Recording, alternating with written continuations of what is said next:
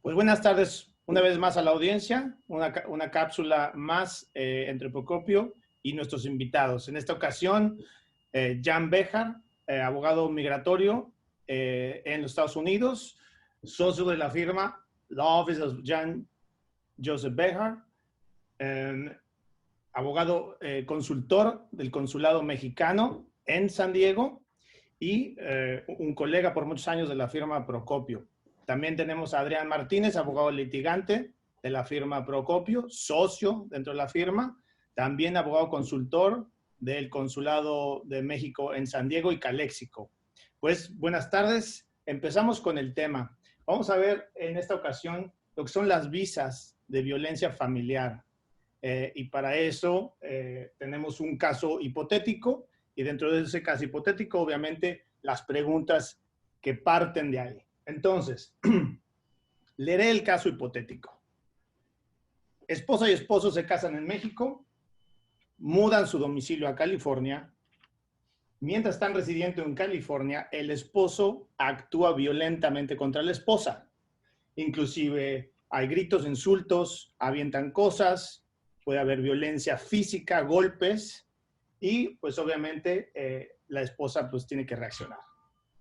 Entonces, pregunta número 1. ¿Qué opciones tiene la esposa desde el punto de vista del derecho familiar en California? Esa es la pregunta número 1. Adrián, no sé si quieras empezar a responder esta pregunta. Sí, muchas gracias, Francisco, Gianni, la audiencia.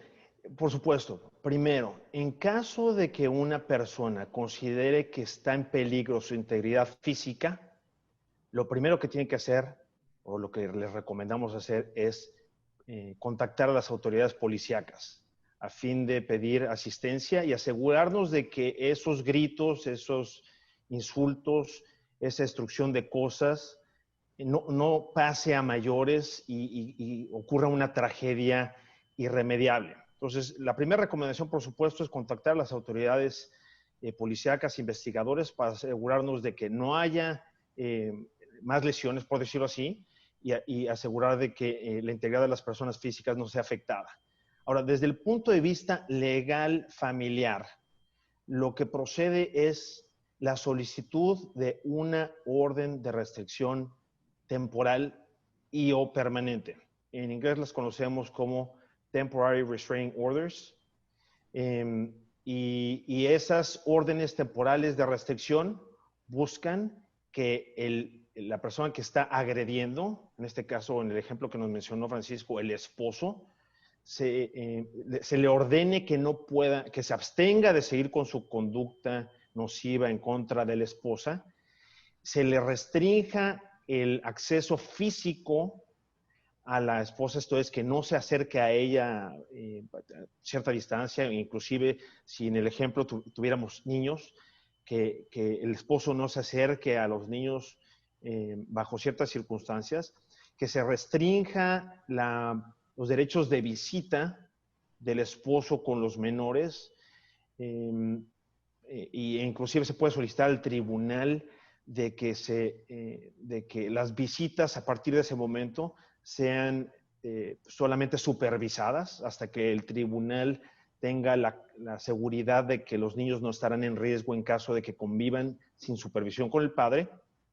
Y también impedirle al esposo que se comunique por cualquier método, ya sea llamadas telefónicas, mensajes de texto y demás, WhatsApps, Messengers y demás, para agredir, acosar, intimidar a la esposa.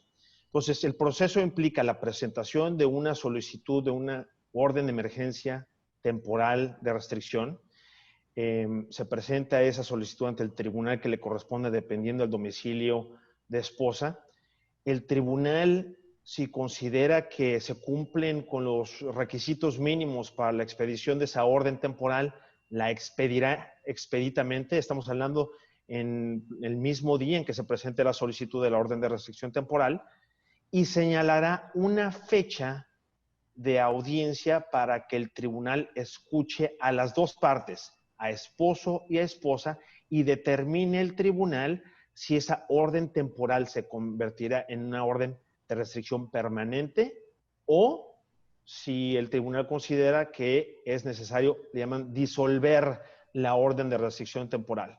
Entonces estamos hablando de un proceso para la obtención de la orden de restricción temporal muy rápido, expedito, precisamente porque se busca salvaguardar la integridad de las partes, principalmente de la víctima de violencia doméstica, y la audiencia se señala dentro de los 25 días post la fecha de la audiencia para determinar si se debe de extender esa orden de restricción temporal.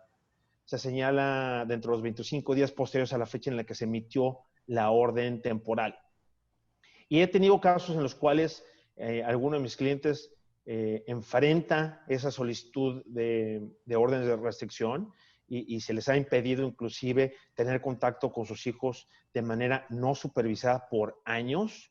Y también he tenido casos en los cuales represento a la víctima y el tribunal, una vez que escucha a las partes en esa audiencia, lo cual estamos hablando de los 25 días, determina que si bien hubo un incidente que justificó el presentar esa solicitud de orden de restricción temporal, no justifica la emisión de una orden permanente de restricción. Entonces, por supuesto, como todas las cosas en las leyes, dependerá de las circunstancias del caso, dependerá de los hechos, de las circunstancias particulares de la pareja, de los incidentes, para determinar, pero definitivamente existen estos mecanismos para proteger a víctimas de violencia doméstica y también este derecho de audiencia que se observa en todos los procesos legales en los Estados Unidos para que el victimario tenga oportunidad de explicar efectivamente su posición de si efectivamente hubo violencia doméstica o no.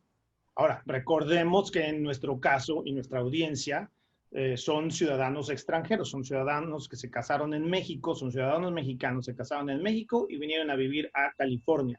Y la ley aplica en California para todos igual, pero por ser mexicanos, y aquí me viene la segunda pregunta, ¿qué opciones tiene la esposa desde el punto de vista del derecho migratorio en los Estados Unidos? Jan. Muchas gracias, Francisco, Adrián, y a la audiencia. Estoy completamente de acuerdo con lo que explicó Adrián y curiosamente el lado migratorio va de la mano con el lado familiar, porque la primera cosa que tiene que hacer la esposa en este caso es llamar a la policía y hacer la acusación en contra de su esposo. Ahora, uno de los problemas que nosotros como abogados de inmigración vemos con frecuencia es que la esposa a lo mejor le habla a la policía o incluso a veces el vecino le habla porque oye los gritos. La policía viene, se lleva al marido porque ve a la esposa dañada. Ella por miedo, por lo que sea, no quiere hacer una acusación en contra del esposo y eso realmente le hace daño. Vamos a asumir para propósitos de esta plática que ni el esposo ni la esposa tienen documentos para estar legalmente en Estados Unidos o a lo mejor tienen alguna visa temporal. Esto es importante porque cuando hay una víctima de un crimen violento, y en este caso nos vamos a enfocar en violencia doméstica, pero no está limitado a eso, existe lo que se llama la visa U. Y la visa U es un producto de dos cosas. Número uno, que el solicitante haya sido víctima de un crimen violento. Violencia doméstica clásicamente es un crimen de violencia. Y número dos, que esa persona coopere con la autoridad en todo lo que la autoridad requiere. En otras palabras, si la esposa le habla a la policía y después de que se lo llevan al marido, dice, no quiero presentar cargos, ella ya no está cooperando con las autoridades y pierde su derecho de solicitar la visa U. La visa U es un regalo del cielo realmente. Dice el dicho que no hay mal que por bien no venga. Y a veces hay gente que no tiene otra alternativa, que tienen toda una serie de problemas con relación a su estado migratorio, han sido deportados, se han regresado, están sujetos a todo tipo de castigos y curiosamente alguien los golpea, el esposo o la esposa, y se hacen elegibles para la visa U. La visa U es la única que perdona casi todo. Entonces, esa persona puede adquirir la visa U Y una vez que tiene la visa U por 3 años, puede convertirla o pedir que se convierta en residencia permanente. No obstante, todos los castigos que esa persona traiga arrastrando, algunos de índole bastante seria. Es sumamente importante, y no puedo hacerlo más fuerte, la cooperación de esa persona, de la víctima, con las autoridades. Y van a sufrir lo que es presión por parte de la familia, ya sea de la familia del esposo, o de los hijos, o de quien sea. Oye, por favor, retírale los cargos, bla, bla, bla. No le retire nada, porque si los retira, se le va de las manos este asunto. Y no le van a hacer más daño al agresor al retirar los cargos, porque ya está en la cárcel por alguna razón. Y si la Procuraduría quiere procesarlo sin la cooperación de la víctima, pueden hacerlo. Han habido varios casos en donde la esposa dice, yo no le quiero presentar cargos, y el procurador dice, no te preocupes, los presento yo. Y el dilema ahí es, la esposa se queda ahora sí que como el perro de las 2 tortas, porque ni le tocó la visa aún y el marido sigue encarcelado. Entonces, digo, si vamos a ver las cosas desde ese punto de vista, bueno, pues si ya le pegaron, por lo menos que le resulte en algún beneficio. Jan, una pregunta. Y cabe hacer la aclaración para la audiencia de que cuando yo estaba hablando de presentar una solicitud de orden de restricción, estamos hablando ante los tribunales civiles. Y cuando tú estás hablando de cooperar con las autoridades, nos estamos hablando de las autoridades investigadoras y en su caso penales, ¿correcto? Absolutamente. Incluso muchas veces la persona no puso cargos penales en contra del agresor, pero dicen, tengo una orden de restricción. La orden de restricción no sirve para procesar una visa U. El requisito es cooperar con la autoridad para procesar penalmente al agresor. Y otra última pregunta de mi parte.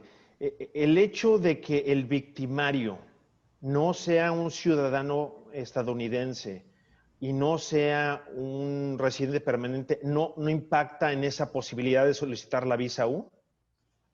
Muy buena pregunta y gracias por hacerla. Absolutamente no impacta en nada. El origen, el estado migratorio del agresor no tiene absolutamente nada que ver. Y eso es una pregunta que surge con frecuencia, donde la persona dice, pues sí, me pegó mi esposo, pero no es ciudadano, entonces por eso no me sirve. No, señora, sí le sirve, porque la identidad del agresor, su calidad migratoria no es importante. Hay otro tipo de situación que en inglés es VAWA, es víctima, la ley en contra de la violencia contra la mujer, donde sí el requisito es de que haya habido abuso emocional o violencia por parte del cónyuge, que tiene que ser ciudadano americano o residente permanente. Eso es muy diferente a lo que es la visa U, donde ni siquiera tienen que estar casados. Porque si la persona que lo golpea es el novio o la novia, sigue siendo violencia doméstica. Y hay una parte un poquito, saliéndonos un poquito del tema, hay que ver que cuando los dos son personas extranjeras, legales o ilegales, esa persona, el victimario, el agresor, se sujeta a una orden de deportación o a cargos de deportación si sale convicto de violencia doméstica. Es un crimen bastante importante desde el punto de vista de deportación, e incluso gente con residencia permanente pierde sus papeles al salir convicto de un cargo de violencia doméstica, incluyendo violar una orden temporal de restricción como la que mencionaste antes, Adrián. Excelente. Entonces, yo creo que podremos resumir que hay muchos mecanismos, hay muchas opciones para las víctimas de violencia doméstica. Primero, para proteger su integridad física, llamarle a las autoridades, no tener miedo de las consecuencias pues, para el victimario. Básicamente esas consecuencias él se las buscó. Desde el punto de vista civil, la solicitud de una orden de restricción temporal, en su caso una orden de restricción permanente, y también por la vía migratoria, como bien mencionas, Jan, esa visa U que le permitirá a la víctima de violencia doméstica tal vez resolver su situación migratoria. Perfecto.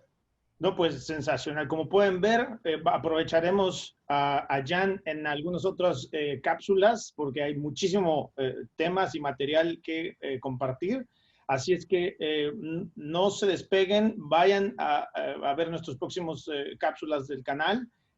Por ahora concluiremos esta charla, pero tendremos más. En la siguiente hablaremos de las opciones migratorias de lo familiar para post-divorcio. Y hay opciones. Entonces, muchísimas gracias, Jan, Adrián. Nos mantenemos en contacto. Esperamos los comentarios de la audiencia para siguientes temas que surjan y agradeciendo siempre su calidad y su conocimiento. Gracias. Gracias, Francisco. Hasta luego.